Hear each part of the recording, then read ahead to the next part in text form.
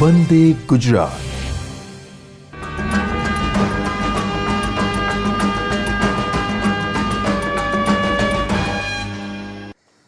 નમસ્કાર વિદ્યાર્થી મિત્રો, આજે આપણે પ્રત્યાવર્તી પ્રવાહ વિશે આગળ વધીશું. વાતમાં પ્રકરણ નંબર 7 આપણે ભણવાનું શરૂ કર્યું હતું.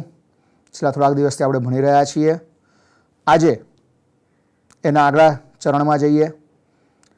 પ્રત્યાવર્તી પ્રવાહ અંગે ગયે વખતે આપણે જે ભણ્યા એમાં આપણે ક્વોલિટી ફેક્ટર અંગે વાત કરેલી હતી, બરાબર ને? ક્વોલિટી ફેક્ટર એટલે કે પરિપથનો ગુણવત્તા અંક, જેના વિશે આપણે વાત કરી હતી. મિત્રો, તમને એના સૂત્રો વગેરે યાદ હશે જ. હવે આ કોઈપણ પરિપથ હોય એની ગુણવત્તા શેના ઉપર આધાર રાખે? મિત્રો, આપણે ગયા વખતે ચર્ચા કરી હતી એમ ક્વોલિટી ફેક્ટરનું સૂત્ર પણ તાર્યું હતું કે 1/r √L/C. આવું સૂત્ર હતું, રાઈટ? જેના પરથી સમજી શકાય કે પરિપથની ગુણવત્તાનો આધાર પરિપથમાં જોડાયેલા એવા આ ઘટકો ઉપર છે: અવરોધ, ઇન્ડક્ટન્સ, કેપેસિટન્સ વગેરે, બરાબર છે? એમાં એ પણ તમે સમજી શકો છો કે જેમ આરનું મૂલ્ય નાનું અને જેમ ઇન્ડક્ટન્સનું મૂલ્ય મોટું, તેમ પરિપથની ગુણવત્તા વધુ સારી, એટલે કે અનુનાદ વક્રની તીક્ષ્ણતા વધારે મળે, સિલેક્ટિવિટી 1 ની નજીક પહોંચી જાય અથવા 1 થઈ જાય.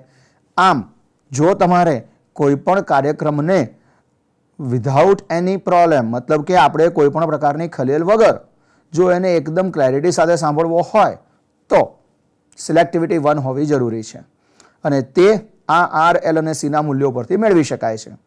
આવી બધી ચર્ચા આપણે કરી હતી.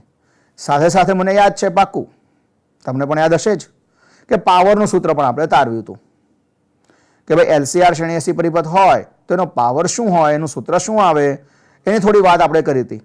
ચલો એને જરા યાદ કરી લઈએ. જે ગયા વખતે લખ્યું હતું તેને જ એકવાર જોઈ પણ લઈશું, અને ત્યાર પછી એના કેટલાક વિવિધ કિસ્સાઓની જે ચર્ચા આપણે કરવાની છે તે વિવિધ કિસ્સાઓની ચર્ચા આપણે કરી લઈશું, રાઈટ? કરીએ શરૂઆત. ચોક્કસ. શું સૂત્ર હતું આપણું પાવરનું? સામાન્ય સૂત્ર એક પાવરનું કહીએ આપણે. ડીસી પરિપથ હોય, એસી હોય તો એમને સામાન્ય સૂત્ર કહીએ તો પાવર બરાબર વોલ્ટેજ ગુણ્યા કરંટ. ચલો જુઓ, અહીંયા શરૂ કરીએ છીએ અને P બરાબર VI. હવે V નું સૂત્ર હતું VM sin omega t અને I નું સૂત્ર હતું IM sin omega t plus phi. ચલો VM અને IM, V અને I ના સૂત્રમાં અહીંયા કિંમત મૂકી દો. ચલો તો પાવર બરાબર VM IM sin omega t plus phi. અચ્છા, સાઇન ઇન્ટુ સાઇન એટલે આપણે સૂત્ર લગાડવું હોય તો 2 વડે ગુણવાનું, 2 વડે ભાગવાનું, કરી નાખ્યું. અને 2SS એટલે C માઇનસ C. એકચ્યુઅલમાં તો -2SS આવે ને સૂત્ર, અને એટલે જ તો આપણે અહીંયા જુઓ સરવાળા વાળું પદ પાછળ લીધું અને બાદબાકી વાળું આગળ લઈ લીધું. cos phi minus cos 2 omega t plus phi. અને તમે ઓફકોર્સ ત્રિકોણમિતિનો થોડો અભ્યાસ કરી જ ચૂક્યા છો, એટલે હવે આમાં કંઈ સમજવામાં પ્રોબ્લેમ આવવો જોઈએ નહીં. ઓકે, તો સરેરાશ પાવર માટે VM IM/2. અચ્છા, cos phi છે એ સમય ઉપર આધાર રાખતું નથી, રાઈટ? cos phi સમયથી સ્વતંત્ર છે, જ્યારે cos 2 omega t plus phi છે સમય ઉપર આધારિત છે. માટે એક આવર્તકાળ પર એની લીધેલી સરેરાશ છે, એક ચક્ર પરની સરેરાશ છે એ શૂન્ય થઈ જાય. ઓફકોર્સ એ શૂન્ય આપણે કરી દીધી એટલે જ માત્ર cos phi વધ્યું. અને તો પછી VM ની જગ્યાએ હું લખી દઉં VM/√2, IM/√2. આ 2 હતો એટલે એને વેચી નાખ્યો અને એને કહેવાય પછી સરેરાશ. VM/√2 ને કહીશું RMS મૂલ્ય.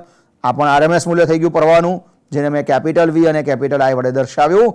એટલે કે એક ચક્ર પરનો સરેરાશ પાવર આપણી પાસે થઈ ગયો VI cos phi. આ ચર્ચા આપણે ગયા વખતે કરી ચૂક્યા છીએ. મેં તમને એકવાર ઝડપમાં એનું રિપીટેશન કરાવી દીધું. ઓકે, હવે આમાં કોઈ પ્રોબ્લેમ નથી ને? હવે એ સૂત્રમાં આવતા cos phi ની એટલે કે પાવર ફેક્ટરની ચર્ચા કરવી છે, અને ત્યાર પછી એના ઉપરથી જ વિવિધ કિસ્સાઓની ચર્ચા કરીશું. ઓકે, લખવાનું ચાલુ કરીએ સૂત્રો. તમે પણ લખશો મારી સાથે કાયમની જેમ. હવે આપણને આદત પડી ચૂકી છે જોડે જોડે લખવાની પણ, પ્રેક્ટિસની પણ, રાઈટ? ચલો હું લખવાનું શરૂ કરું છું. તો આપણે જે સૂત્ર છેલ્લું તારવ્યું હતું એ એકવાર એ સૂત્રને હું લખી દઉં અહીંયા આગળ, અને પછી આગળ વધીએ. તો P બરાબર V into I into cos phi. આ સૂત્ર છે આપણી પાસે, બરાબર છે? હવે અહીંયા આગળ આપણી પાસે જે RMS મૂલ્યો છે તેના પરથી જો હું V બરાબર I/Z લખી દઉં, અથવા I બરાબર શું આવશે? V/Z, અને V બરાબર IZ એને અહીંયા વાપરી લઉં તો સૂત્ર આમ બનાવી શકાય. ભાઈ હું V ને રિપ્લેસ કરી દઉં છું. ચલો, V બરાબર IZ એટલે કે અહીંયા થઈ ગયું I2Z cos phi. V બરાબર IZ લખી દીધું મેં, એટલે I2Z cos phi થઈ ગયું. અહીંયા આવતું આ cos phi છે એ પાવર ફેક્ટરના નામે ઓળખાય છે મિત્રો. આ cos phi ને જ આપણે નામ પાડ્યું છે પાવર ફેક્ટર. યાદ રહી જાય એવું જ છે. કેમ પાવર ફેક્ટર? આવું નામ શા માટે પાડ્યું હશે એનું ભાઈ આપણે પાવર ફેક્ટર એવું? તો ભાઈ વ્યય પામતો એવો સરેરાશ પાવર, વોલ્ટેજ ઓફકોર્સ એના પર આધાર રાખે, કરંટ એના ઉપર પણ આધાર રાખે, અને સાથે સાથે તેમની વચ્ચેના જે કળા તફાવત હતો ખૂણો ફાઈ એના કોસાઇન મૂલ્ય પર પણ આધાર રાખે છે.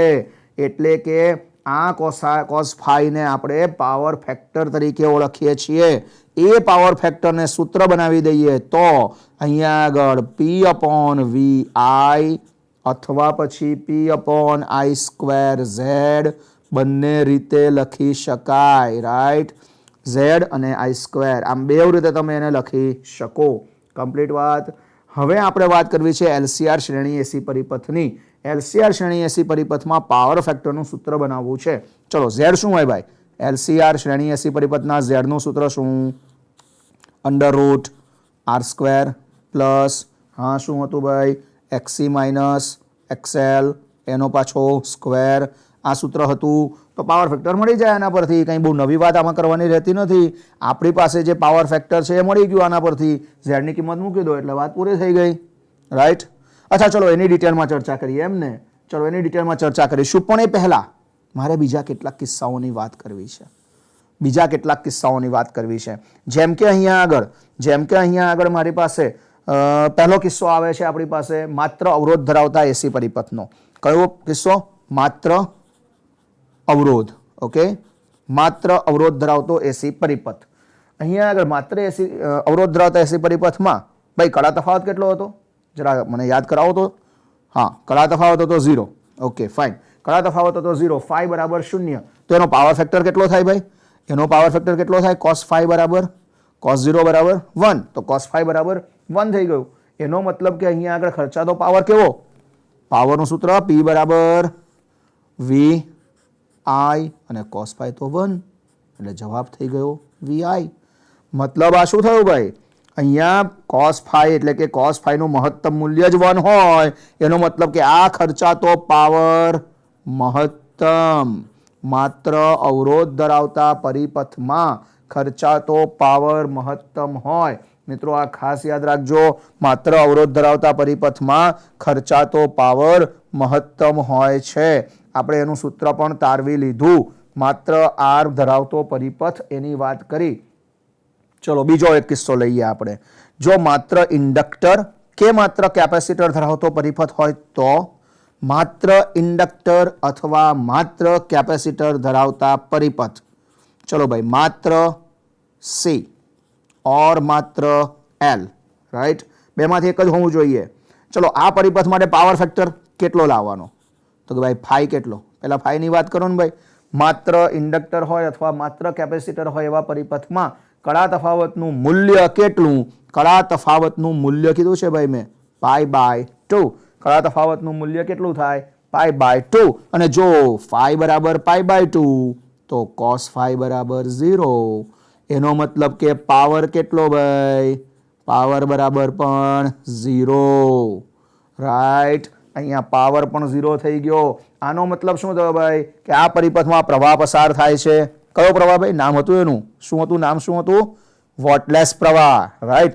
હા, આમ પરિપથમાં પ્રવાહ પસાર થાય છે, તેમ છતાં પણ પાવર તો અહીંયા 0 જ છે. આમ આવો પરિપથ છે એ માત્ર C અથવા માત્ર L ધરાવતો પરિપથ એ પ્રવાહના કંપવિસ્તારનું નિયંત્રણ કરે છે, તેમ છતાં એ પાવર વ્યય થવા દેતો નથી. પાવરનો વ્યય કર્યા સિવાય તે પરિપથમાંના પ્રવાહના કંપવિસ્તારનું નિયમન કરી શકે છે. Done, complete. જવા દો આને. નવું સૂત્ર લઈએ. નેક્સ્ટ કિસ્સો ધ્યાનમાં લઈએ. આપણે બે કિસ્સા જોઈ લીધા છે.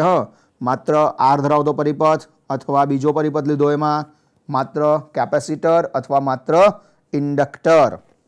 ચાલો ત્રીજો પરિપથ લઈએ. હવે ત્રીજો પરિપથ લઈએ અથવા ત્રીજો કિસ્સો લઈએ. આ ત્રીજા કિસ્સામાં આપણે લેવાના છે LCR શ્રેણી એસી પરિપથ. કયો કિસ્સો મિત્રો? LCR શ્રેણી એસી પરિપથ. ઓકે, હમણાં જ તો મેં કહ્યું હતું ભાઈ, આપણે પછી એની ચર્ચા કરીએ છીએ ડિટેલમાં. ચલો કરું શરૂઆત. LCR શ્રેણી એસી પરિપથ. આ LCR શ્રેણી એસી પરિપથના કિસ્સામાં આપણી પાસે સૂત્રમાં સૌથી પહેલાં તો પાવરનું સૂત્ર P બરાબર VI into cos phi. Okay, ચલો cos phi, એમાં phi કેટલો? phi નું સૂત્ર શું હતું ભાઈ? tan ઇન્વર્સ હતું ને? બોલો બોલો ત્યારે. tan ઇન્વર્સ બરાબર XC minus XL divide by R હતું આવું. phi બરાબર tan inverse XC minus XL upon R. હવે જો અહીંયા આગળ આપણે LCR શ્રેણી એસી પરિપથ હોય એમાં આપણે એવી ચર્ચા કરી હતી કે XC અને XL કોનું મૂલ્ય વધારે છે? પહેલાં એ નક્કી કરો. જો XC કે XL જેનું પણ મૂલ્ય વધારે હોય તેને અનુરૂપ phi મૂલ્ય ધન અથવા ઋણ આવશે. મતલબ કે જો આપેલા પરિપથમાં આપેલો પરિપથ પ્રભાવી કેપેસિટિવ પરિપથ હોય તો ઓફકોર્સ phi ધન આવે, અને જો આપેલો પરિપથ છે પ્રભાવી ઇન્ડક્ટિવ હોય તો XL મોટું થયું એટલે phi મૂલ્ય ઋણ આવે. અને તે પ્રમાણે આપણે કહી ચૂક્યા છીએ ભાઈ કે પાવર ફેક્ટરના પરથી પણ કે ભાઈ અહીંયા આગળ phi મૂલ્ય જો ઋણ આવે કે ધન આવે તો એ પ્રમાણે phi ધન મતલબ કેપેસિટિવ પરિપથ તો પ્રવાહ કળામાં આગળ, જો ઇન્ડક્ટિવ પરિપથ આવી ગયો મતલબ પ્રભાવી ઇન્ડક્ટિવ તો પ્રવાહ કળામાં પાછળ. કેટલો? કે phi જેટલો. ડન, કમ્પ્લીટ વાત આટલી. હવે અહીંયા આગળ RLC પરિપથમાં શું phi મૂલ્ય શૂન્ય થઈ શકે ખરું? phi મૂલ્ય શૂન્ય બનવાની કોઈ શક્યતા ખરી?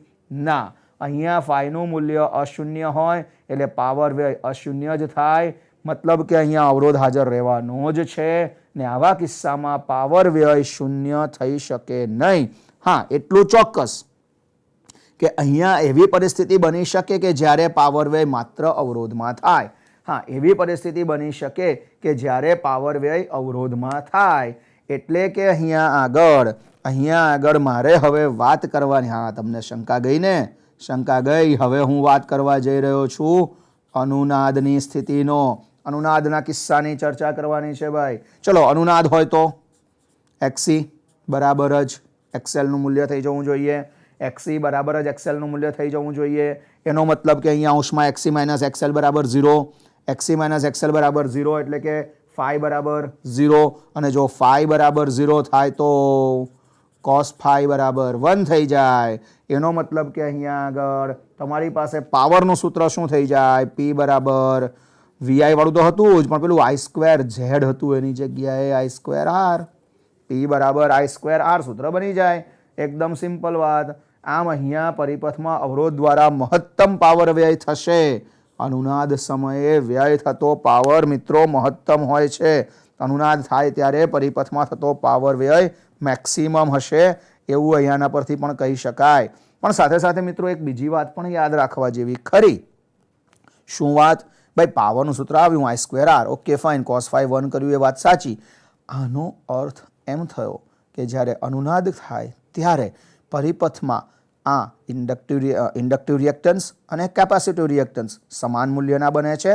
અને એ સમાન મૂલ્યના બને એટલે જ ત્યાં આગળ એમની એકબીજાની અસરો નાબૂદ કરશે અને તમને અનુનાદ મળશે ત્યારે P બરાબર I2R થશે.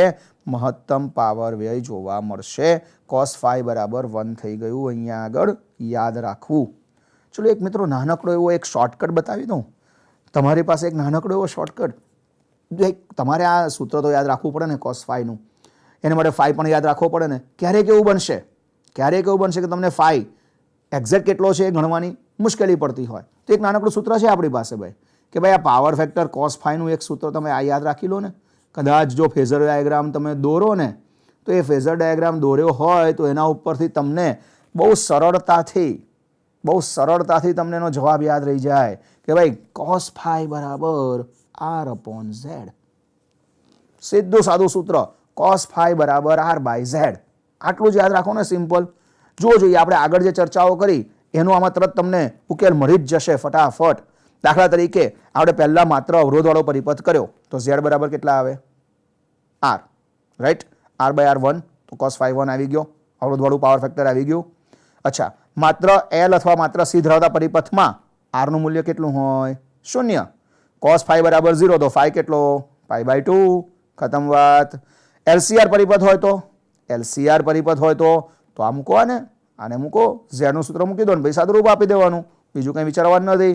અને અનુનાદ થાય ત્યારે ફરી પાછો ઝેડ બરાબર આર, તો આર અને આર ઉડી ગયા પાછું ને cos phi બરાબર 1. આમ આ એક છે ને નાનકડી ટ્રીક છે ભાઈ, આ સૂત્ર છે.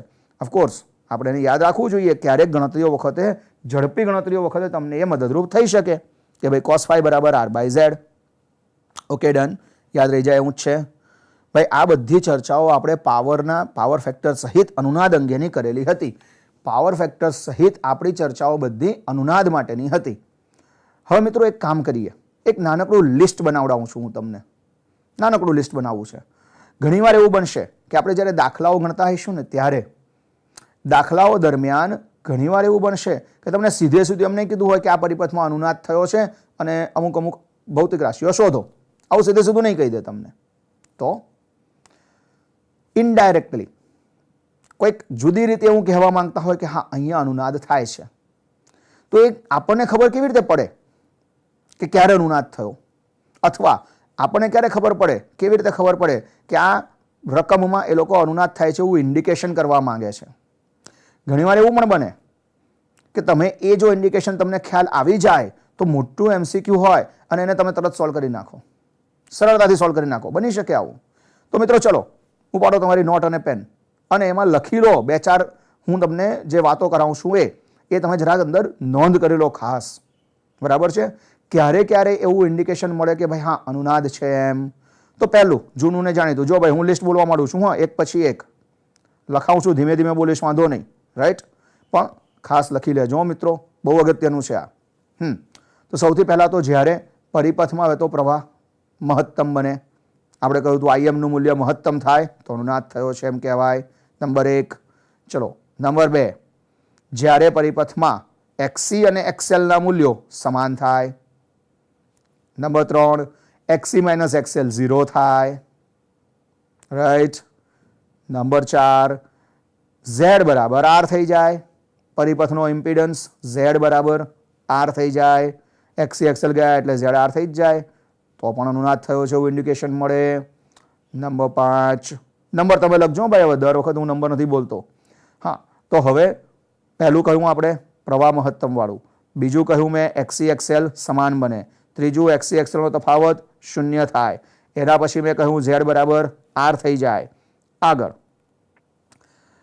અવરોધના બે છેડા વચ્ચેનો વિદ્યુત સ્થિતિમાનનો તફાવત એટલે કે VM ઓફ R અથવા VMR બરાબર કેટલું થવું જોઈએ? VRMS. સપ્લાયનો જે VRMS હોય એ અવરોધના બે છેડા વચ્ચેનો વોલ્ટેજ બંને સમાન જ હોય. નેક્સ્ટ VL અને VC મતલબ કે ઇન્ડક્ટરના બે છેડા વચ્ચેનો વોલ્ટેજ અને કેપેસિટરના બે છેડા વચ્ચેનો વોલ્ટેજ VL VC એ પણ સમાન થઈ જાય.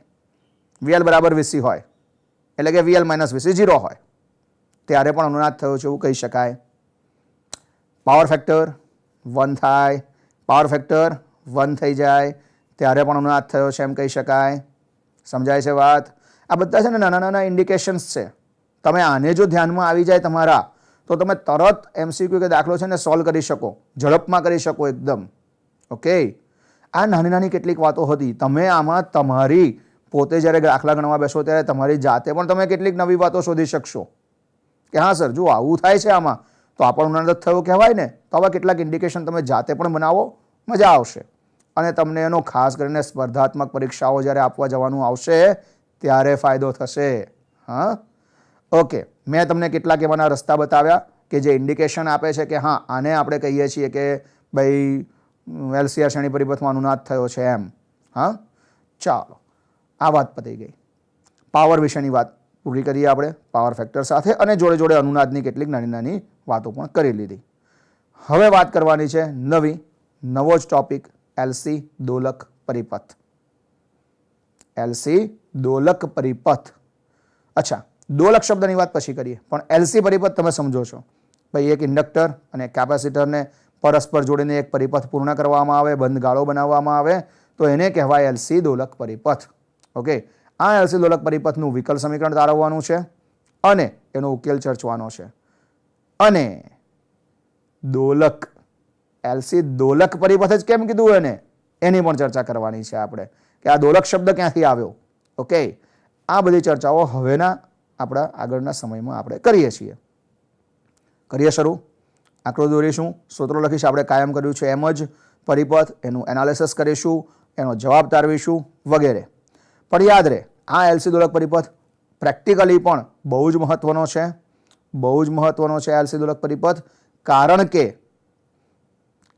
કે આ એલસી દોલક પરિપથ જાણે કે આપણા માટે એક વિદ્યુતચુંબકીય તરંગોના સ્ત્રોત તરીકે વર્તવાનો છે. વિદ્યુત ચુંબકીય તરંગોનો સ્ત્રોત બની શકે એમ છે. હા, તો ચાલો શરૂઆત કરું છું. હું એની આકૃતિ દોરીશ, પહેલા પરિપથ દોરીશ એટલે કે, અને પછી એનું સોલ્યુશન મેળવીશું. કરું શરૂ? ઓકે, જુઓ ત્યારે સૌથી પહેલા પરિપથ એલ અને સી. તો મિત્રો આ આપણું કેપેસિટર અને એની સાથે પરિપથમાં જોડી દઈએ ઇન્ડક્ટર. રેડી થઈ ગયો ભાઈ. બસ આટલું જ હોય પરિપથમાં, બીજું શું હોય આમાં? તો આ એલ અને સી એકબીજા સાથે સમાંતરમાં જોડ્યા અથવા તો એકબીજા સાથે જોડીને મેં પરિપથ પૂર્ણ કર્યો. તમે એને સૈનિકો સમાંતર કહો છો, બહુ એમાં કંઈ ચર્ચા કરવાનો વિષય નથી એ કંઈ બહુ, રાઈટ. એટલે અહીંયા આગળ આપણે વાત કરી લીધી કે ભાઈ એલ અને સી બંને એકબીજા સાથે જોડી દીધા છે, પરિપથ આપણો પૂર્ણ કરી નાખ્યો છે. હા, એમાં તમારે ધન અને ઋણ એવું બતાવવું હોય તો આપણે બતાવી શકીએ. ભાઈ ધારો કે અત્યારે હાલમાં આ બાજુની પ્લેટ ધન વિદ્યુત ભારિત છે, આ બાજુની ઋણ ભારિત છે, અને જે બાજુ ધન ભારિત પ્લેટ હોય ત્યાંથી ઋણ ભારિત પ્લેટ તરફ પ્રવાહની નિશાની મારે બતાવવી જોઈએ. તો આમ કરીને મેં પ્રવાહ બતાવી દીધો. અથવા તો કોઈ એક ક્ષણે, હા ભાઈ ખાસ ધ્યાન રાખવાનું, આ પાછું એસી પરિપથ છે એટલે ખરેખર તો પ્રવાહ તમે નિશ્ચિત ન કરી શકો, પણ આ કોઈ એક ક્ષણના પ્રવાહની વાત છે એટલે વાંધો નથી. અને તે પ્રમાણે અહીંયાથી પ્રવાહ દાખલ થાય એટલે ધન ને આ બાજુથી બહાર જાય એટલે ઋણ. આ બધી જૂની જ વાતો છે આપણી. ચલો મિત્રો શરૂ કરીએ. આકૃતિમાં મેં એક કેપેસિટર અને ઇન્ડક્ટર જોડીને દર્શાવેલા છે. અહીંયા કેપેસિટરને અગાઉ અહીંયા જોડતા પહેલા કોઈક સ્ત્રોત વડે મેં એને ચાર્જ કરી દીધેલું છે, અને એ સંપૂર્ણ ચાર્જ કરેલા એવા કેપેસિટરને અહીંયા પરિપથમાં જોડેલું બતાવ્યું છે. જ્યારે આવા ચાર્જ કરેલા કેપેસિટરને પરિપથમાં ઇન્ડક્ટર સાથે જોડવામાં આવે ત્યારે આ કેપેસિટરનું ડિસ્ચાર્જિંગ શરૂ થશે. એ ડિસ્ચાર્જ થવાની શરૂઆત થશે. એટલે કે ચાર્જ કરેલા કેપેસિટરને જ્યારે આ રીતે જોડી દઈએ ઇન્ડક્ટર સાથે, ત્યારે તે વાયા ઇન્ડક્ટર ડિસ્ચાર્જ થવાની શરૂઆત થશે. મતલબ કે સમજાવો, સાંભળો. આ જે ધન પ્લેટ છે અત્યારે આપણી પાસે, તે પોતાનો ધન વિદ્યુત ભાર વાયા ઇન્ડક્ટર કેપેસિટર પર મોકલવાની શરૂઆત કરશે. અહીંયાથી વિદ્યુત ભાર કેપેસિટરની પ્લેટ ઉપર વાયા ઇન્ડક્ટર જશે. એટલે કે અહીંયા આગળ આ ધન વિદ્યુત ભાર ગુમાવતી જશે એટલે ઓછું ધન ભારિત બનશે પ્લેટ, અને આ ધન વિદ્યુત ભાર મેળવીને ઓછી ઋણ ભારિત બનશે. આમ પરિપથમાં વિદ્યુત ભાર આપણી આકૃતિ પ્રમાણે જમણીથી ડાબી પ્લેટ ઉપર ટ્રાન્સફર થવાની શરૂઆત થઈ ગઈ. જમણીથી ડાબી પ્લેટ ઉપર ટ્રાન્સફર થવાની શરૂઆત થશે. હાલમાં પ્રારંભની વાત કરીએ તો પ્રારંભમાં આના ઉપર બધો વિદ્યુત ભાર છે, એટલે કે અહીંયા મેક્સિમમ ઉર્જા છે. જ્યારે પરિપથમાં પ્રવાહ વહેતો નથી, પરિપથમાં પ્રવાહ નથી વહેતો, એટલે કે ઇન્ડક્ટરમાં બે છેડા વચ્ચે કોઈ પણ ઉર્જાનો સંગ્રહ થયો નથી. હવે કોઈ એક ચોક્કસ સમયની વાત કરું છું હું, કે કોઈ એક જ ચોક્કસ સમયે, જેમ મેં કહ્યું કે ભાઈ t=0 સમયે કેપેસિટર પર વિદ્યુત ભાર કેટલો હતો, તો કે QM. t=0 સમયે કેપેસિટર પરનો વિદ્યુત ભાર QM જે મહત્તમ છે, અને અત્યારે ઇન્ડક્ટરમાં કોઈ પ્રવાહ વહેતો નથી, એટલે ઇન્ડક્ટરમાંથી વહેતો પ્રવાહ શૂન્ય છે. હવે જે ક્ષણે આપણે પરિપથ પૂર્ણ કરીએ, આ જોડી દઈએ, અને જોડીએ એટલે તરત જ કેપેસિટર પરનો વિદ્યુત ભાર ઘટવા માંડશે. એટલે કે અહીંથી અહીંયા વિદ્યુત ભાર ટ્રાન્સફર થવાની શરૂઆત થઈ જશે, અને એટલે જ પરિપથમાં પ્રવાહ ઉત્પન્ન થશે. એ પ્રવાહનું મૂલ્ય જેમ વિદ્યુત ભાર ઘટશે અહીંયા, તેમ પરિપથમાંનો પ્રવાહ વધતો જશે. એમાંથી કોઈ એક ચોક્કસ સમયના પ્રવાહનો હું વિચાર કરવા માંગુ છું. કોઈ એક ચોક્કસ સમયે ધારો કે કેપેસિટર ઉપર વિદ્યુત ભાર Q છે અને પરિપથમાં વહેતો પ્રવાહ I છે.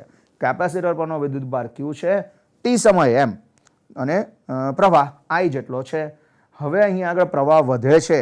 પ્રવાહ વધે છે માટે જ તો આપણે di/dt લઈએ તો એને ધન લઈ શકાય. di/dt ને હું ધન લઈ શકું કારણ કે અહીંયા પ્રવાહ વધતો જાય છે. ઓકે, ચલો તો પછી હવે હું એકવાર અહીંયા સૂત્ર દાખલ કરું છું. કયું સૂત્ર ભાઈ? મારે અહીંયા સૂત્ર જોઈએ છે વિકલ સમીકરણ. આ આપેલા પરિપથ માટે વિકલ સમીકરણ.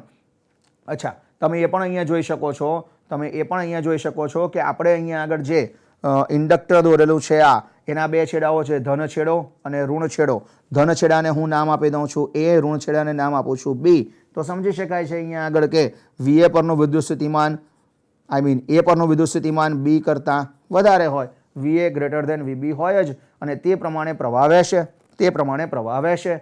ઓકે, ચલો કિર્ચોફ ભાઈ યાદ કરીએ ફટાફટ.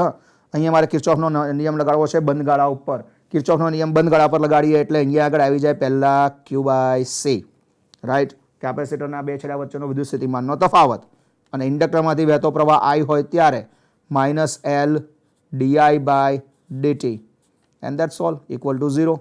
આ સિવાય બીજું કંઈ પરિપથમાં છે નહીં. અહીંયા આગળ આપણે વાત કરવી છે હવે di/dt. લખ્યું તો ખરું આપણે, પણ એ di/dt ને હું ધન લેવા માંગુ છું. કારણ કે મેં પહેલા જ કહ્યું કે અહીંયા વિદ્યુતભાર ઘટે છે એટલે પ્રવાહ વધે છે. વિદ્યુતભાર ઘટે છે માટે પ્રવાહ વધે છે. અને તો પછી મારે અહીંયા આગળ એમ કહેવું તો ચાલે કે ભાઈ I બરાબર શું? તો I બરાબર -dq/dt કહેવાય ને ભાઈ, કારણ કે વિદ્યુતભાર ઘટે છે અને પ્રવાહ વધે છે. આના કારણસર જ હવે હું અહીંયા આગળ સમીકરણમાં સહેજ ફેરફાર કરી દઉં અને રમેશરથી લખી દઉં તો સમીકરણ થઈ જાય Q/LC વત્તા di/dt ઇક્વલ ટુ 0. આ માઇનસને બદલે પ્લસ કરી નાખ્યું આપણે ભાઈ. હવે અહીંયા મેં પ્લસ કરી નાખ્યું, હવે કોઈ પ્રોબ્લેમ નહીં. ઓકે, ચલો હવે di/dt ને બદલે I એટલે dq/dt છે જ, એની કિંમત મૂકી દો એટલે d2q વાળું સૂત્ર આવી જાય. હા, આપણે કર્યું જ છે ને આવું તો મિત્રો, LCR શ્રેણી એસી પરિપથ વખતે આવું કરી જ ચૂક્યા છીએ આપણે. ચલો d2q/dt² બરાબર નહીં કેમ વત્તા છે, વત્તા q/LC બરાબર 0. આપણે d2q/dt² પહેલા લખ્યું, પછી વત્તા q/LC બરાબર 0 આવું કરી દીધું અહીંયા આગળ. હવે આને મારે સરખાવવું છે. શેની સાથે સરખાવવાનું છે મિત્રો? હા, પેલું સરળાવત ગતિનું વિકલ સમીકરણ હતું. શું સમીકરણ હતું સરળાવત ગતિનું વિકલ સમીકરણ? d2x/dt² પ્લસ ω02x બરાબર 0. આ બેને સરખાવી દઈએ. આને સરખાવી દઈએ તો તરત ખબર પડી જ જાય કે ભાઈ ω02 છે એના બરાબર 1/LC થઈ ગયું. એટલે કે આપણું જૂનું ને જાણીતું સૂત્ર ફરી એકવાર આવશે. કયું સૂત્ર? ω0 બરાબર 1/√LC. આવવા દો, ચલો આવવા દો. એ સૂત્રને અહીંયા હું દાખલ કરી લઉં છું કે ચલો ભાઈ ઓમેગા બે સૂત્રોને સરખાવતા ω0 બરાબર 1/√LC થઈ જશે. આ સૂત્ર મારી પાસે આવી ગયું, જૂનું ને જાણીતું સૂત્ર. આ વિદ્યુતભાર અને અહીંયા જે આપણો પરિપથ છે એમાં આ પરિપથમાં વિદ્યુતભાર પ્રવાહના દોલનોની આવૃત્તિ દર્શાવે છે આવું કહી શકાય. અને ટુ બી એક્ઝેક્ટ તો કોણીય આવૃત્તિ દર્શાવે છે એમ પણ કહી શકાય. ચાલો હવે આનો ઉકેલ મેળવવો છે. આપણી પાસે જે સમીકરણ છે એનો ઉકેલ મેળવવો છે. કયું સમીકરણ છે ભાઈ? લખી દઉં એકવાર સમીકરણ અહીંયા. ચલો લખી દઉં, પછી આપણે એને ઉકેલ મેળવવાનો વાત કરીએ. d2q/dt² વત્તા q/LC બરાબર 0. આ આપણું વિકલ સમીકરણ છે. હવે આને ઉકેલવાનું છે. ચલો કેવી રીતે ઉકેલીશું? તો પેલા સમીકરણ સાથે સરખાવ્યું છે આપણે, અને એનો જવાબ આવતો તો એવી રીતે અહીંયા પણ q નું સૂત્ર લખવાનો પ્રયત્ન કરીએ. તો શું લખી શકાય ભાઈ ઉકેલ માટે? q બરાબર qm cos ωt પ્લસ, ચાલશે આવું? આપણે આવું લખી દઈએ તો ચાલશે? ચાલે ને ભાઈ, આવું જ થાય, બીજું શું લખાય? q બરાબર qm cos ωt plus phi. Okay, અહીંયા qm એ વિદ્યુતભારનું મહત્તમ મૂલ્ય થયું અને phi એ આપણો કળા અચળાંક જ છે, એ જ જૂનો ને જાણીતો, રાઈટ. પણ કેમ કોસ જ લીધું ભાઈ? તમને એવો પ્રશ્ન થવો જોઈએ સાહેબ, કોસ જ કેમ, સાઇન કેમ નહીં? જરાક વિચારો ને. ચલો આપું 2-5 સેકન્ડ આપું, વિચારો. કેમ કોસ, સાઇન કેમ નહીં? આવ્યો વિચાર? આવ્યો? જુઓ ભાઈ, હું t બરાબર 0 સમયે આપણે એવું કહ્યું હતું ભાઈ, t બરાબર 0 સમયે કેપેસિટર ઉપર વિદ્યુતભાર કેટલો હોય? qm. ઓકે, ચલો અહીં મૂકો ને, t બરાબર 0 મૂકો જોઈએ. તો t બરાબર 0, phi તો ઓફકોર્સ આપણે ભવિષ્યમાં તારવીશું એટલે કહીશ તમને હું. પણ આના પરથી મને એટલી ખબર પડે કે t બરાબર 0 સમયે phi ને 0 લઈ લઈશું તો q બરાબર qm થશે. પણ cos 0 બરાબર 1 થાય એટલે જો અહીંયા સાઇન લખ્યું હોત તો sin 0 બરાબર 0, અને તો જવાબ q બરાબર 0 થઈ જાય. માટે ચાલે નહીં, એટલે અહીંયા સાઇનને બદલે આપણે કોસાઇનનું સૂત્ર લીધેલું છે. આ ખાસ ધ્યાન રાખવું, બરાબર છે? જ્યારે ક્યુ બરાબર ક્યુ એમ એટલે કે ચલો ને આપણે ફાઈનું સૂત્ર તારવી જ લઈએ. ચલો ટી બરાબર 0 સમય. ઓકે, ટી બરાબર 0 સમય લેવાનો છે આપણે. ટી બરાબર 0 સમય વિદ્યુતભાર કેટલો? ક્યુ એમ મૂકી દો ને અહીંયા આગળ. તો શું થાય? ક્યુ એમ બરાબર ક્યુ એમ અને કોસ ફાઈ. કારણ કે ટી તો 0 લીધું મેં, તો કોસ ફાઈ બરાબર પણ 1. એનો મતલબ શું થઈ ગયો કે ફાઈ બરાબર 0. રાઈટ. એટલે કે અહીંયા આગળ હવે સમીકરણમાં ફાઈ લખીએ નહીં તો પણ ચાલશે. તો પછી આપણી પાસે સૂત્ર થઈ ગયું ક્યુ બરાબર ક્યુ એમ કોસ, અને હવે હું પેલું ઓમેગા 0t લખી દઉં તો ચાલશે ને ભાઈ? ઓમેગાની જગ્યાએ હવે ઓમેગા 0t લખી દઉં છું. કેમ ઓમેગા 0t લખ્યું ભાઈ આપણે? તમારે વિચારવું ભાઈ, બધું હું ના કહું કંઈ, તમારે થોડું વિચારવું જોઈએ. ચલો પ્રવાહનું સૂત્ર શું ભાઈ? તો પ્રવાહ માટે તો વિકલન કરો, માઇનસ dq અપોન dt. પ્રવાહ માટે મેં વિકલન કર્યું માઇનસ dq અપોન dt. કરો, ચલો વિકલન કરો. કોસનું વિકલન માઇનસ સાઇન, કોસનું વિકલન માઇનસ સાઇન એટલે માઇનસ માઇનસ જશે અને જવાબ આવશે શું? ક્યુ એમ. અચ્છા અહીંયા લખું, ચલો ક્યુ એમ ઓમેગા 0 આગળ અને સાઇન ઓમેગા 0t થઈ જાય. માઇનસ ગયું અહીંથી. હા ભાઈ, તો આઈ બરાબર ક્યુ એમ ઓમેગા 0 સાઇન ઓમેગા ટી, જ્યાં ક્યુ એમ ઓમેગા 0 એટલે હા આઈ એમ મહત્તમ પ્રવાહ, આઈ એમ સાઇન ઓમેગા 0t. આઈ બરાબર આઈ એમ સાઇન ઓમેગા 0t. આમ તમારી પાસે અહીંયા બે સૂત્રો આવી ગયા. કયા કયા બે સૂત્રો આવ્યા? તો કે એક સૂત્ર તમારું વિદ્યુતભારનું ક્યુ બરાબર ક્યુ એમ કોસ ઓમેગા 0t, અને વિદ્યુત પ્રવાહનું સૂત્ર આઈ એમ સાઇન ઓમેગા 0t. બે સૂત્રો આવી ગયા, ક્યુ બરાબર ક્યુ એમ કોસ ઓમેગા 0t અને આઈ બરાબર આઈ એમ સાઇન ઓમેગા 0t. આના પરથી તમે સમજી શકશો કે આ પરિપથમાં વિદ્યુતભારનું મૂલ્ય કોસ વિધેય પ્રમાણે બદલાય છે અને વિદ્યુત પ્રવાહનું મૂલ્ય સાઇન વિધેય પ્રમાણે બદલાય છે. ઓફકોર્સ સમયની સાથે. રાઈટ.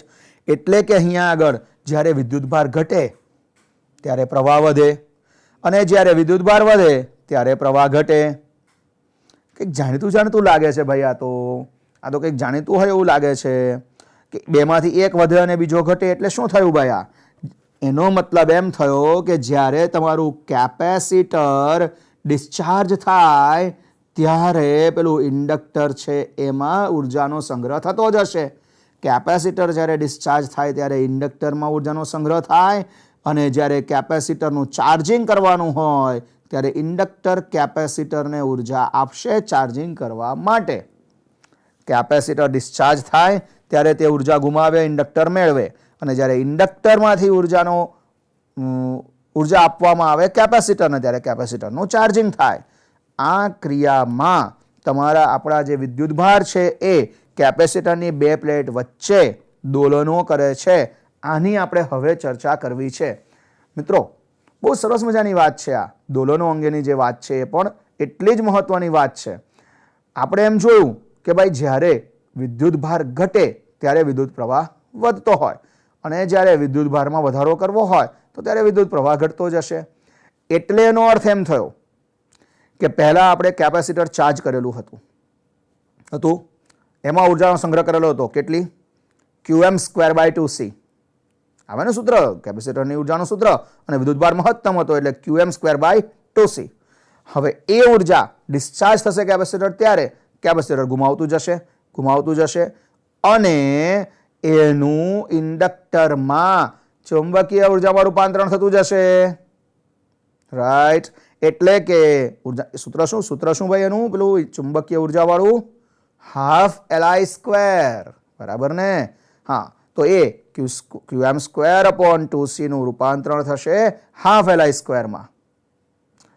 આ Qm²/2c છે એ જ્યારે સંપૂર્ણપણે ½ Li² ફેરવાઈ જાય, મતલબ કે કેપેસિટર તમારું ડિસ્ચાર્જ થઈ ગયું. રાઈટ. હવે ઇન્ડક્ટરનો વારો. ઇન્ડક્ટર પોતાનામાં સંગ્રહાયેલી ઉર્જાનો ઉપયોગ કરશે અને તેની મદદથી તે કેપેસિટરને પાછું ચાર્જ કરશે. આ ઘટના સતત ચાલતી રહેશે. પણ કયા સમયગાળામાં, કેટલા સમયગાળામાં, કેવી રીતે? આની થોડી થોડી ચર્ચા આપણે સૂત્ર અને આકૃતિની મદદથી કરવી છે અને એના પરથી સમજીશું દોલન શબ્દ. ભાઈ વિદ્યુતભારના દોલનો કેવી રીતે થયા, તમને હું 2-3 આકૃતિઓ એવી દર્શાવવા માંગુ છું જે આ સમજવામાં તમને મદદરૂપ થાય. ઓકે, ચલો જો આકૃતિ દોરું છું અને સમજાવું છું. અહીંયા આગળ પહેલાં તો એકવાર હું આ પરિપથ બતાવી દઉં. આપણે આવું દોર્યું હતું, શરૂઆત આનાથી કરી હતી આપણે. ભાઈ આ બાજુ ધન વિદ્યુતભાર સંગ્રહિત થયેલો છે, આ બાજુ ઋણ વિદ્યુતભારિત પ્લેટ છે. આપણે જમણી ડાબી નામ જે આપવું હોય તમે આપી શકો. તમે એ અને બી કહેતો હોય મને વાંધો નથી. આ બાજુ એ તો આ બાજુ બી.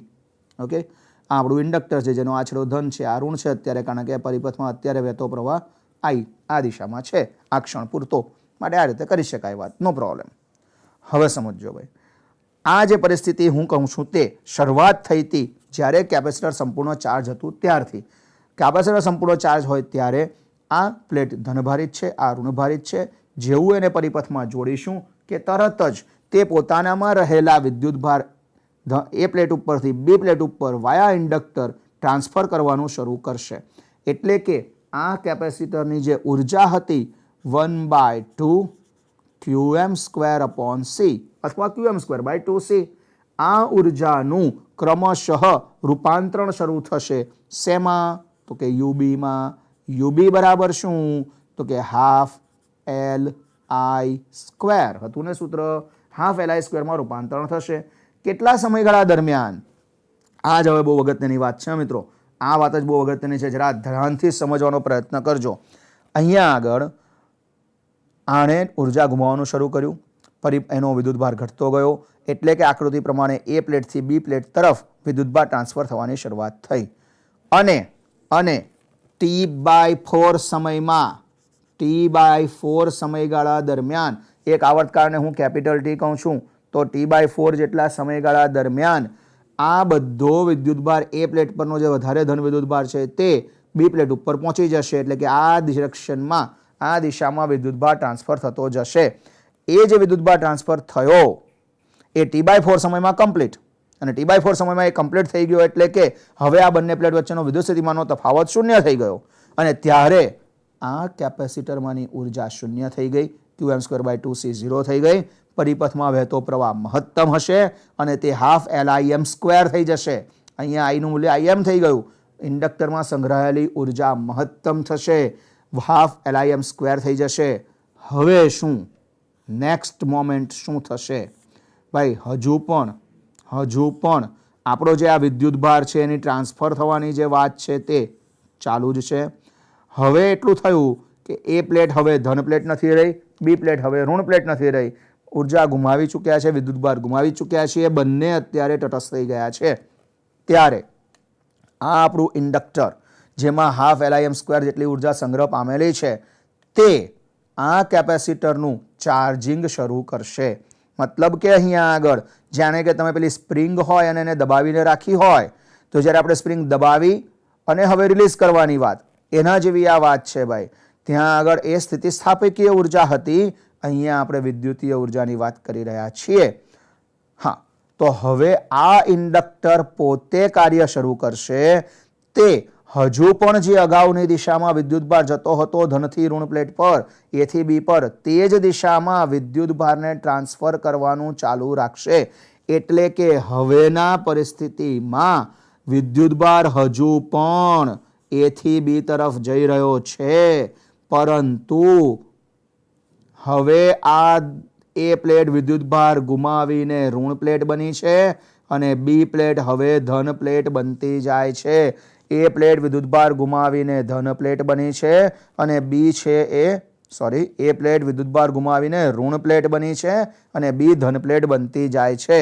પ્રવાહની દિશા બદલાઈ નથી મિત્રો, પરંતુ યાદ રહે હવે પ્રવાહ L વડે વેવડાવાઈ રહ્યો છે. કેપેસિટરનું ચાર્જિંગ શરૂ થયું, કેપેસિટરનું ચાર્જિંગ થયું. અહીંયા ડિસ્ચાર્જ થતું હતું, પતી ગયું એ. હવે ચાર્જિંગ શરૂ થયું એટલે કે હવે Qનું મૂલ્ય વધશે અને આઈનું મૂલ્ય ઘટતું જશે. Qનું મૂલ્ય વધતું જશે, આઈનું મૂલ્ય ઘટતું જશે.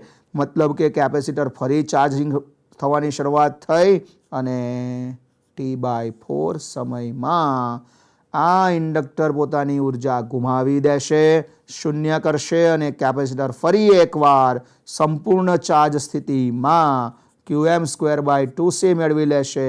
આની ઉર્જા થઈ જશે 0. ઓકે, એટલે કે કેપેસિટર તમારું સંપૂર્ણ ચાર્જ થઈ ગયું. અત્યારે તમે જોઈ શકો છો વિદ્યુતભાર A થી B આપણી આકૃતિ પ્રમાણે કહીએ તો સમઘડી દિશામાં જઈ રહ્યો છે. ઓકે, હવે કુલ સમય કેટલો પતી ગયો ભાઈ? T/4 + T/4 T/2 પૂરો. હવે આગળ તમારી કેપેસિટર સંપૂર્ણ ચાર્જ સ્થિતિમાં આવી ગયું. આ સંપૂર્ણ ચાર્જ સ્થિતિ દરમિયાન કેપેસિટરની હવે ડાબી બાજુની એટલે કે પ્લેટ B છે એ સંપૂર્ણ ધન સ્થિતિ માને છે. હવે પ્લેટ B પર ધન વિદ્યુતભાર છે અને A ઉપર ઋણ વિદ્યુતભાર છે. પરિપથમાં જેવો T/2 સમય પૂરો થયો આ પરિસ્થિતિ આવી ગઈ. હવે ફરી એકવાર પરિપથમાં પ્રવાહ વધવાની શરૂઆત થશે અને વિદ્યુતભાર B થી A તરફ ટ્રાન્સફર થવા માંડશે. વિદ્યુતભાર B થી A તરફ જવાની શરૂઆત થશે. એટલે કે હવે ફરી એકવાર કેપેસિટરનું ડિસ્ચાર્જિંગ શરૂ થયું. કેપેસિટરનું ડિસ્ચાર્જિંગ શરૂ થયું અને ઇન્ડક્ટરમાં ઉર્જાનો સંગ્રહ થવાની શરૂઆત થઈ. એટલે કે કેપેસિટરની ઉર્જા હવે ફરી એકવાર ઇન્ડક્ટરની ચુંબકીય ઉર્જામાં રૂપાંતર પામવાની શરૂઆત થઈ ગઈ. કેપેસિટર ઉર્જા ગુમાવશે, ઇન્ડક્ટર ઉર્જા મેળવશે. ક્યાં સુધી ચાલશે આ કામ? પાછું ભાઈ T/4 સુધી ચાલશે. T/4 સમયગાળા દરમિયાન આ ઘટના બનશે. તમારું capacitor complete discharge, inductor complete charge. એટલે હવે આમ તો ન કહેવાય પણ ચાલે, આપણે સમજવા માટે એવું બોલાય કે ચાર્જ થયું જાણે ઇન્ડક્ટર. ઓકે, હવે ફરી એકવાર કેપેસિટરની B પ્લેટ અને A પ્લેટ સમાન સ્થિતિમાં ને બંને વિદ્યુતભાર ગુમાવી દીધા છે. પરંતુ ઇન્ડક્ટરમાં હવે ઉર્જા છે એ ½ Lim² જેટલી ઉર્જાનું હવે કેપેસિટરને ચાર્જિંગ કરવાની શરૂઆત કરશે. અને એનો મતલબ કે હજુ પણ વિદ્યુતભાર B પ્લેટ ગુમાવીને ઋણ અને A પ્લેટ વિદ્યુતભાર મેળવીને ધન બનશે. વિદ્યુતભાર હજુ પણ આ જ દિશામાં જઈ રહ્યો છે પણ હવે પ્રક્રિયા પાછી શરૂ થઈ ગઈ, ચાર્જિંગની પ્રક્રિયા. આ પણ ચાલશે T/4 સમય. એટલે કે કુલ સમય Tના અંતે તમારું આ કેપેસિટર ફરી એકવાર પ્રારંભની સ્થિતિમાં આવી જશે. A પ્લેટ ધન અને B પ્લેટ ઋણ બની જશે. આમ મિત્રો બરાબર સમજો, આમ પહેલા T/2 સમય દરમિયાન એટલે કે પહેલા અર્ધચક્ર દરમિયાન વિદ્યુતભાર A થી B આપણે દિશા પ્રમાણે કહીએ તો જમણીથી ડાબી અથવા સમઘડી દિશામાં ગતિ કરતો હતો અને પછીના અર્ધા ચક્રમાં એટલે કે બીજા T/2 સમયમાં તે ડાબીથી જમણી એટલે કે વિષમઘડી દિશામાં આવે છે. જાણે કે વિદ્યુતભાર વાયા ઇન્ડક્ટર A થી B, B થી A, A થી B, B થી A આમ દોલનો કર્યા કરે છે. અહીંયા વિદ્યુતભાર કેપેસિટરની બે પ્લેટ વચ્ચે પરિપથમાં થઈને દોલનો કર્યા કરે છે. એટલે આવા પરિપથને આપણે દોલક પરિપથના નામે ઓળખીએ છીએ. એટલે આવા પરિપથને આપણે દોલક પરિપથ ઓફકોર્સ LC દોલક પરિપથ તરીકે ઓળખીએ છીએ. રાઈટ, આ વાત ખાસ ધ્યાન રાખવી. અહીંયા કેપેસિટર જ્યારે સંપૂર્ણ ડિસ્ચાર્જ થઈ જાય ત્યારે તેના પર વિદ્યુતભાર નથી. એનો મતલબ કે તેમાં કોઈ ઉર્જા હોવાની નથી, પણ તે સમયે ઇન્ડક્ટર સંપૂર્ણ રીતે ઉર્જા હશે, એની પાસે મહત્તમ ઉર્જા ધરાવતું હશે જ. આમ આ આખી પ્રક્રિયા દરમિયાન તમે જોયું કે કેપેસિટરની બે પ્લેટ વચ્ચે વિદ્યુતભારના દોલનો મળ્યા. માટે આ પરિપથને આપણે LC દોલક પરિપથ એવું નામ આપી દીધું છે. આ પરિપથને આપણે LC દોલક પરિપથ એવું નામ આપ્યું છે. મિત્રો, આ વાત થઈ ગઈ LC દોલક પરિપથ અંગેની. હવે અહીંયા આગળ આપણે જે વાત કરવાની છે એ એક નાનકડી વાત બીજી કે ભાઈ LC દોલક પરિપથનો ફાયદો શું મળ્યો મિત્રો આપણને? LC દોલક પરિપથનો ફાયદો એ મળ્યો કે અહીંયા સમય સાથે બદલાતા એવા વીજ ચુંબકીય ક્ષેત્ર ઉત્પન્ન થયા. કેવી રીતે? સમય સાથે બદલાતા વીજ ચુંબકીય ક્ષેત્રો કેવી રીતે ઉત્પન્ન થયા? જો મિત્રો, કેપેસિટરે વિદ્યુતભાર ડિસ્ચાર્જિંગ વખતે ગુમાવ્યો અને ચાર્જિંગ વખતે મેળવ્યો, રાઈટ. કેપેસિટરે ડિસ્ચાર્જિંગ વખતે વિદ્યુતભાર ગુમાવ્યો હતો અને ચાર્જિંગ વખતે મેળવ્યો. એટલે કે કેપેસિટર પરનો વિદ્યુતભાર બદલાયો તો એનું વિદ્યુત ક્ષેત્ર બદલાવાનું કે નહીં, અને એ પણ આવર્તી રીતે બદલાવાનું કે નહીં, બરાબર. અને પરિપથનો પ્રવાહ પણ તે જ રીતે વધતો અને ઘટતો રહ્યો આવર્તીય રીતે, તો એના કારણે ઉદ્ભવતું ચુંબકીય ક્ષેત્ર પણ બદલાવાનું. આમ આ એલસી દોલક પરિપથ સમય સાથે બદલાતા વીજ ચુંબકીય ક્ષેત્રો ઉત્પન્ન કરશે. બીજી વાત જરા ખાનગીમાં કરી લઈએ આપણે, ધ્યાન રાખજો ભાઈ. અહીંયા વિદ્યુત ભારના જ્યારે ફેરફાર થયા ત્યારે સાથે પ્રવાહના ફેરફાર થયા ને, મતલબ કે સમય સાથે બદલાતું જે વિદ્યુત ક્ષેત્ર હતું તેણે જ સમય સાથે બદલાતું ચુંબકીય ક્ષેત્ર ઉત્પન્ન કર્યું, અને એ સમય સાથે બદલાતા ચુંબકીય ક્ષેત્રને કારણે જ સમય સાથે બદલાતું વિદ્યુત ક્ષેત્ર આવ્યું. જાણે કે અન્યોન્ય સમય સાથે બદલાતું વિદ્યુત ક્ષેત્ર ચુંબકીય ક્ષેત્ર ઉત્પન્ન કરે અને એમાં થતો ફેરફાર પાછું વિદ્યુત ક્ષેત્ર ઉત્પન્ન કરે. આમ અહીંયા આપણી પાસે સમય સાથે બદલાતું વીજ ચુંબકીય ક્ષેત્ર ઉત્પન્ન થયું અને તેની મદદથી આપણે ભવિષ્યમાં વીજ ચુંબકીય તરંગો પણ ઉત્પન્ન કરવાના છીએ. ઓફકોર્સ થિયોરેટિકલી તમે ભણવાના છો એને આના પછીના પ્રકરણમાં, પણ એટલે ત્યારે આ વાત યાદ રાખવી એલસી દોલક પરિપથ અંગેની, બરાબર. પાક્કી ખબર પડી ગઈ છે ભાઈ. બહુ સરસ થિયરી હતી આ, સહેલી જ હતી. સહેલી જ હોય ને ભાઈ, ફિઝિક્સ છે, ફિઝિક્સમાં અઘરું કંઈ છે જ નહીં. આવડી ગયું પાક્કું. હવે એક નાનકડી ચર્ચા કરવી છે. શું આ એલસી દોલક પરિપથમાં પેલો ઉર્જા સંરક્ષણ નિયમનું પાલન થતું હશે? મતલબ કેપેસિટરની ઉર્જા કેટલી હતી? Qm²/2c. અચ્છા, તો કોઈ પણ ક્ષણે પરિપથમાં જ્યારે પણ આ દોલન ચાલતા હોય ત્યારે કોઈ પણ ક્ષણે શું આ Qm²/2c નું મૂલ્ય અચળ રહેશે? ચેક કરી જોવું છે. ચલો ને સાબિત કરીએ આપણે. એક કામ કરીએ, આપણે સાબિત કરીએ કે પરિપથમાં કોઈ પણ ક્ષણે પરિપથની કુલ ઉર્જા અચળ જ જળવાઈ રહે છે. કોઈ પણ ક્ષણે પરિપથની કુલ ઉર્જા અચળ જ જળવાઈ રહે છે. આ સાબિત કરવું છે મારે. આમ ચપટી વગરતામાં સાબિત થઈ જાય એવું છે, નાનકડું જ કામ છે. ચલો દાખલો ગણવા જાણે દાખલો ગણતા હોય એમ ગણી નાખીએ આપણે. હા, ઓકે, લેટ અસ સ્ટાર્ટ. આપણી પાસે ક્યુનું સૂત્ર કયું ભાઈ? પહેલા તો સૂત્ર લખી દઈએ એકવાર. Qm cos થી શરૂ કર્યું હતું, રાઈટ, અને પેલો ફાઈ તો 0 જ હતો. અને આઈ નું સૂત્ર શું હતું? I બરાબર Im sin omega T, correct. ચલો પરિપથની કુલ ઉર્જા પહેલા લઈએ તો કુલ ઉર્જા U બરાબર UE વત્તા UB. ઓકે, તો UE નું સૂત્ર, UE માટેનું ભાઈ Q, કેમ Q²/2c નહીં ભાઈ? તો આપણે એને લખી દઈએ ને Qm²/2c. ક્યારે ભાઈ? પ્રારંભમાં, જ્યારે t બરાબર 0 હોય ત્યારે. અને જ્યારે t/4 સમય જતો રહે ત્યારે આ જ ઉર્જાનું આપણે એવું કહ્યું હતું હાફ Li² માં રૂપાંતર થઈ જાય. ઓકે, ચલો ઠીક છે. હવે હું કોઈ એક સમયની વાત કરું છું ભાઈ. t સમયે, આ નવી વાત. હા, હવે t સમયે ઉર્જા કેટલી? તો ભાઈ Q²/2c. Q નું સૂત્ર મૂકો ભાઈ. ચલો Q નું સૂત્ર મૂકો. Q નું સૂત્ર Qm cos ઓમેગા t એટલે Qm² cos² omega t /2c. Fine. આ જ સમયે પેલી ચુંબકીય ઉર્જા કેટલી? t સમયની જ વાત છે ભાઈ. ફરી એકવાર, તો t સમયે હાફ Li² પ્રમાણે સૂત્ર મૂકો ભાઈ, હાફ Li². પરંતુ I નું સૂત્ર એ રહ્યું ઉપર છે જ, આપણે દેખાય જ છે તમને, કાંઈ વધારે કષ્ટ લેવાનું નથી, લખી જ દો, પતી ગયું.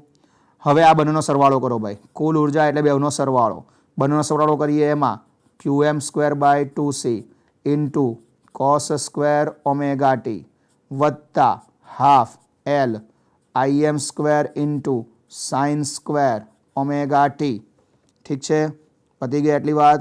હવે જોજો ભાઈ, હવે મેઇન વાત જોજો.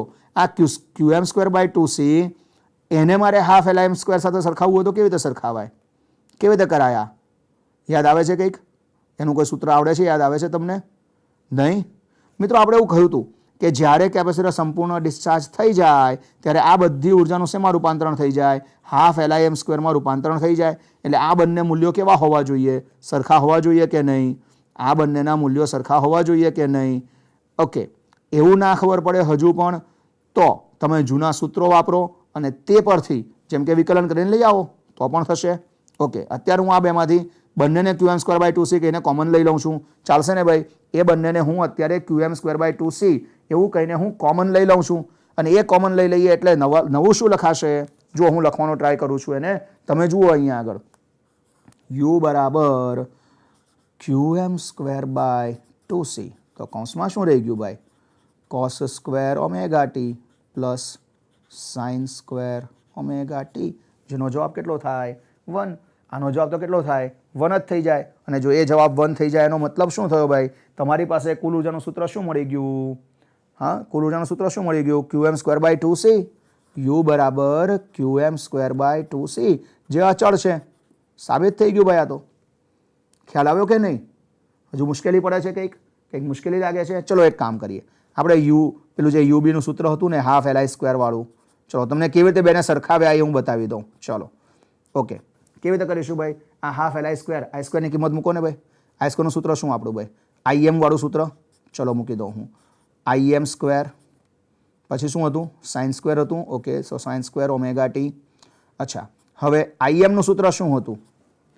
આઈએમ બરાબર કેટલું લખવાનું હતું આપણે? યાદ આવ્યું? Q0 સ્ક્વેર અથવા QM સ્ક્વેર ઓમેગા સ્ક્વેર હતું, આવું કંઈક યાદ આવે છે ભાઈ? અને એના પછી સાઇન સ્ક્વેર ઓમેગા ટી તો છે જ મિત્રો. હવે આગળ પહોંચી જવાશે. હવે ઓમેગાને બદલે લખી દો પેલું 1/LC. જુઓ ફટાફટ, QM સ્ક્વેર 1/LC. ખ્યાલ આવ્યો ને? હવે ખ્યાલ આવી ગયો. આ એલ ઉડાડી દીધો એટલે આવી ગયું QM square by 2c sine square omega T. ખતમ. જુઓ ખ્યાલ આવ્યો મિત્રો? જો આ રીતે તમારે આ નાનકડો આ દાખલો જ છે આપણો, આમ તો આ પુસ્તકમાં આપેલો દાખલો જ છે, પણ એમાં આપણે સાબિત કરીએ છીએ રાઈટ કે ઉર્જા અચળ રહે. ફાવશે? ચોક્કસ ફાવવું જ જોઈએ રાઈટ.